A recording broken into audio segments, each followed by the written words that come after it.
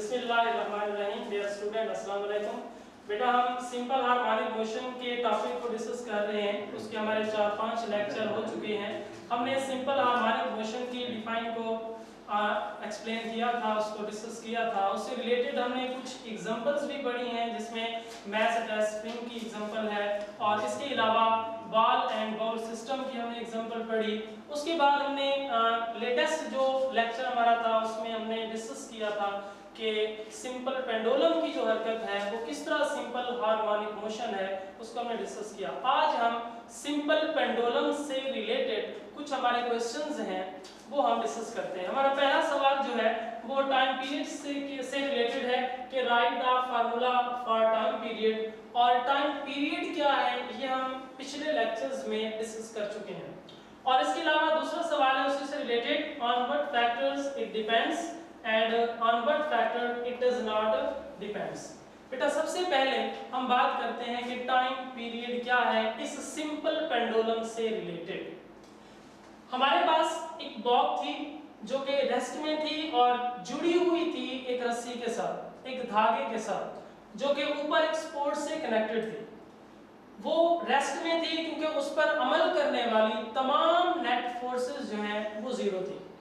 फिर हमने क्या किया था, उस जिस्म को उसकी जगह से डिस्प्लेस किया। हम उसे कुछ हाइट पर लेकर गए, मतलब पॉइंट बी पर, पोजीशन बी पर। जब हम उस जिस्म को पोजीशन बी पर लेकर गए, उसका जो वेट था फिर वर्टिकली डाउनवर्ड कर रहा था और पोजीशन चेंज होने की वजह से उसके वेट की जो फोर्स थी mg, वो दो कंपोनेंट्स में रिजॉल्व हो गई। एक था mg cos थीटा और दूसरा था mg sin थीटा। ये mg cos थीटा और mg sin थीटा कहां से आया ये भी हमने पिछले लेक्चर में डिस्कस किया था कि 9th क्लास में हमने टॉपिक पढ़ा था रेजोल्यूशन ऑफ फोर्सेस। तो वहां पर जो फोर्स रिजॉल्व हुई थी उसके दो कंपोनेंट थे, एक fx और दूसरा fy। fx f cos theta था और fy f sin थीटा था। फिर f की जगह पर हमने उसकी कीमत मतलब mg जो है वो दर्ज करने से हमें ये दो कंपोनेंट जो है वो मिले, mg cos theta and mg sin theta. तो जब यहां से फिर हम इसे रिलीज करते हैं, ये जिस्म रीस्टोरिंग फोर्स की वजह से अपनी मेन पोजीशन की तरफ वापस आता है, लेकिन मेन पोजीशन पर रुक नहीं पाता। क्यों? इनर्शिया की वजह से। क्योंकि वो जिस्म इनर्शिया रखता है, इस वजह से वो अपनी मेन पोजीशन पर रुक नहीं पाता, आगे चला जाता है पोजीशन बी पर। फिर इस जिस्म के अंदर रीस्टोरिंग फोर्स पैदा हो गई।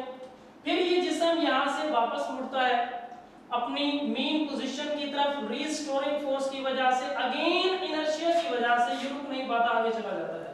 तो इस तरह ये जिस्म टू एंड फ्रो मोशन करता रहता है। तो हमने डिस्कस करना है कि इसका टाइम पीरियड क्या है। टाइम पीरियड, बेटा टाइम पीरियड हम पहले भी डिस्कस कर चुके हैं। एक कंप्लीट ट्रिप होती है टाइम पीरियड के, जहां से हमने स्टार्ट किया अपना काम करने के बाद, वर्क डन करने के बाद वापस से उसी पोजीशन पर पहुंचते हैं तो हमारी एक रेवोल्यूशन मुकम्मल होती है। तो किसी भी एग्जांपल, आप कोई भी एग्जांपल ले लें, उसमें जब एक रेवोल्यूशन मुकम्मल होती है उस वक्त को टाइम पीरियड कहते हैं। जिस तरह आप घर से स्कूल आते हैं, फिर स्कूल से वापस घर पहुंचते हैं तो आपकी एक रेवोल्यूशन मुकम्मल होती है, एक कंप्लीट ट्रिप मुकम्मल होती है। इसी को एक रेवोल्यूशन कहते हैं। और इस कंप्लीट रेवोल्यूशन का जो वक्त होता है वो टाइम पीरियड है। सिंपल पेंडुलम के लिहाज से हमारी कंप्लीट रेवोल्यूशन कहां होगी? जब यहां से हम जिस्म को रिलीज करेंगे, यहां तक पहुंचेगा, इसका एक पार्ट हो गया। फिर ये आगे पोजीशन बी पर चला गया, दूसरा पार्ट हो गया। फिर ये वापस मुड़ेगा, यहां पर मेन पोजीशन पर फिर नहीं रुक पाया, आगे चला गया पॉइंट ए पर। अब ये पॉइंट ए वो पोजीशन है जहां से इसको रिलीज किया गया था। अब इसका एक चक्कर ऐसे आकर फिर यहां पर मुकम्मल हुआ, तो इसके इस एक मुकम्मल चक्कर का जो वक्त है यही क्या होता है? टाइम पीरियड होता है। तो हमारा सवाल ये है कि इसका फार्मूला क्या है और इसके अलावा ये किन चीजों पर डिपेंड करता है और किन पर डिपेंड नहीं करता, तो उसको एक्सप्लेन करते हैं। सिंपल पेंडुलम के लिहाज से हमारा जो टाइम पीरियड का फार्मूला है वो है T = 2 पाई L/G। बेटा फार्मूले से ही ज़ाहिर हो रहा है कि ये जो T है दो चीजों पर डिपेंड कर रहा है, एक L और एक G। L क्या चीज है? इस रस्सी की लेंथ है, लंबाई है, और G क्या है? ग्रेविटी है। इन दो चीजों पर ये डिपेंड करता है। अगर ये दो चीजें चेंज होंगी तो T चेंज होगा, अगर इनमें से कोई भी चेंज नहीं होगी तो T पर कोई फर्क नहीं पड़ेगा। तो मतलब ये लेंथ L और ग्रेविटी G पर डिपेंड करता है। From this formula it is clear that time period depends on length L and gravity G. It does not depends on mass m of the ball and amplitude. इसके अलावा जो इसका mass है इस पर ये बिल्कुल डिपेंड नहीं करता, इस पर बिल्कुल डिपेंड नहीं करता। mass बढ़ा दें या कम कर दें, इसके एम्पलीट्यूड पर, इसके टाइम पीरियड पर कोई फर्क पड़ने वाला नहीं है।